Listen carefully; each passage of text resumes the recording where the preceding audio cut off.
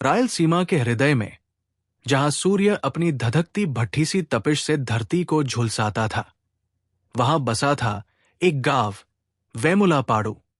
लाल मिट्टी से ढकी बंजर पहाड़ियों और खेतों के बीच बसा ये गांव जीवन की उसी जिद का प्रतीक था, जैसे कांटेदार बबूल जो सूखी धरती पर भी डटा रहता है।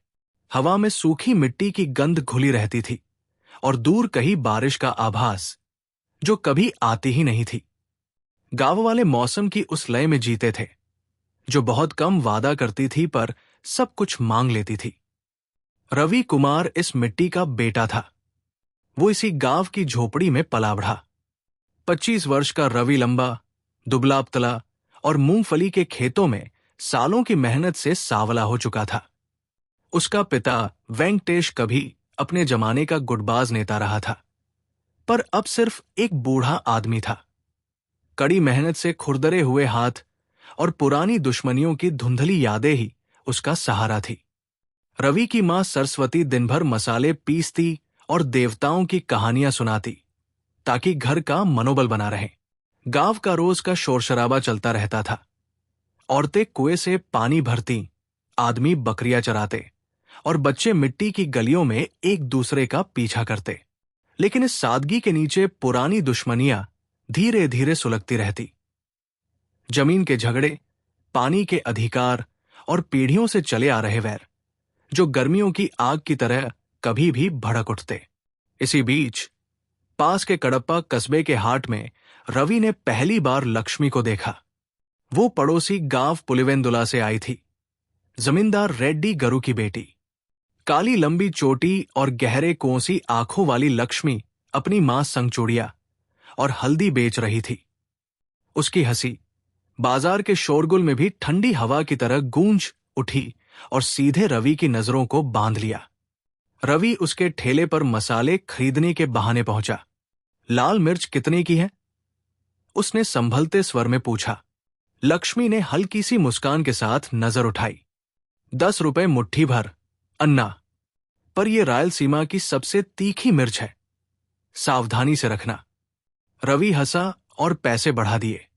जैसे ही उनके हाथ छुए, एक अजीब सी चिंगारी दौड़ गई। उसी पल बैलगाड़ियों की गड़गड़ाहट और मोलभाव की चिल्लाहटों के बीच कुछ निर्मल और अनकहा जन्म ले चुका था। एक बंधन जो गांव की कठोर हकीकतों से परे था। वेमुलापाड़ू लौटकर रवि लक्ष्मी की छवि भूल नहीं पाया। उसने शाम को अपनी बाड़ ठीक करते हुए दोस्त सूर्या से कहा, वो अलग है सूर्या, यहां की लड़कियों जैसी नहीं, जो बस दहेज और रिश्तों की बातें करती है। सूर्या शरारती मुस्कान वाला पतला दुबला युवक उसकी पीठ ठोंक कर बोला, पहली नजर का प्यार, वो भी इस अभागे इलाके में? संभल कर रहना रवि। उसका परिवार रेड्डी खानदान का है, हम जैसे लोगों से मेल नहीं रखते। पर रवि अडिग था। उस रात जब पूरा गांव फसल के त्योहार पर अलाव के चारों ओर जमा था, वो सपनों में लक्ष्मी को देख रहा था। आग की लपटें लंबी परछाइयां डाल रही थी और लोकगीत बिखरे प्रेमों व भटकती आत्माओं की कहानियां सुना रहे थे। सुबह रवि हंसिए के साथ खेत की ओर निकला।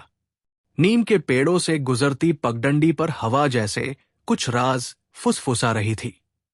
फसल झुककर देख ही रहा था कि पास सरसराहट हुई। उसने सोचा कोई जानवर होगा, पर तभी उस पर एक परछाई पड़ी। दूर एक अजनबी खड़ा था, तपती धूप में भी चादर से ढका हुआ। वो उसे ध्यान से देखता रहा और फिर पहाड़ियों में ओझल हो गया। रवि ने बेचैनी झटक दी और काम में लग गया। दोपहर होते होते गांव में खबर गूंज उठी। गांव के बुजुर्ग गोपाल मंदिर के पास मरे मिले, गला चाकू से कटा हुआ। न हथियार न गवाह, बस लाल मिट्टी में फैला खून। कडप्पा से पुलिस पहुंची। इंस्पेक्टर राव, सख्त चेहरे और झाड़ू सी मूंछों वाला आदमी, बोला, ये तो पुराना गुटबाजी का मामला लगता है। दुश्मनी थी किसी से? वेंकटेश ने सिर हिलाया। गोपाल तो सबका भला चाहता था, उसका कोई बैरी नहीं था। यह सुनकर रवि के शरीर में सिहरन दौड़ गई। गोपाल तो उसके लिए दादाजी जैसा था। वो गांव के काले इतिहास की कहानियां सुनाया करता। छिपे खजाने, धोखे से टूटे प्रेम और रातों में भटकते प्रेत। शाम को रवि चुपचाप लक्ष्मी से मिलने बाजार के किनारे पहुंचा। बरगद के नीचे वो खड़ी थी। अस्त होते सूरज की रोशनी उसके चेहरे पर पड़ रही थी। मुझे डर लग रहा है, रवि, लक्ष्मी फुसफुसाई। पिता चाहते हैं कि मैं अपने चचेरे भाई से शादी करूं, पर मेरे दिल में तुम्हारे लिए कुछ है। रवि ने उसका हाथ थाम लिया। हम रास्ता निकाल लेंगे। ये प्यार पवित्र है, लक्ष्मी। कोई इसे मैला नहीं कर सकता। वादा करके दोनों अलग हुए, पर घर लौटते वक्त रवि ने देखा उसके पीछे नैने पश्चिम पड़ते जा रहे हैं। रात को अपनी झोपड़ी का दरवाजा बंद किया ही था कि दस्तक हुई। उसने धीरे से खोला। बाहर कोई न था, बस एक पर्ची पड़ी थी। मिट्टी याद रखती है, उससे दूर रहो, वरना गोपाल का साथ मिलेगा। रवि का दिल तेजी से धड़कने लगा। लक्ष्मी के बारे में किसी को इतनी जल्दी कैसे पता चला? पर असली झटका अगली सुबह मिला। खेतों की ओर भागते हुए उसने देखा, रात की आंधी से मिट्टी उखड़कर एक छिपी कब्र खुल गई थी। उसमें हड्डियां नहीं, बल्कि एक लॉकेट था। वही लॉकेट जैसा लक्ष्मी पहनती थी। उस पर खुदा था एक नाम, अंजलि। आखिर अंजलि कौन थी और लक्ष्मी के पास उसकी जुड़वा निशानी क्यों थी?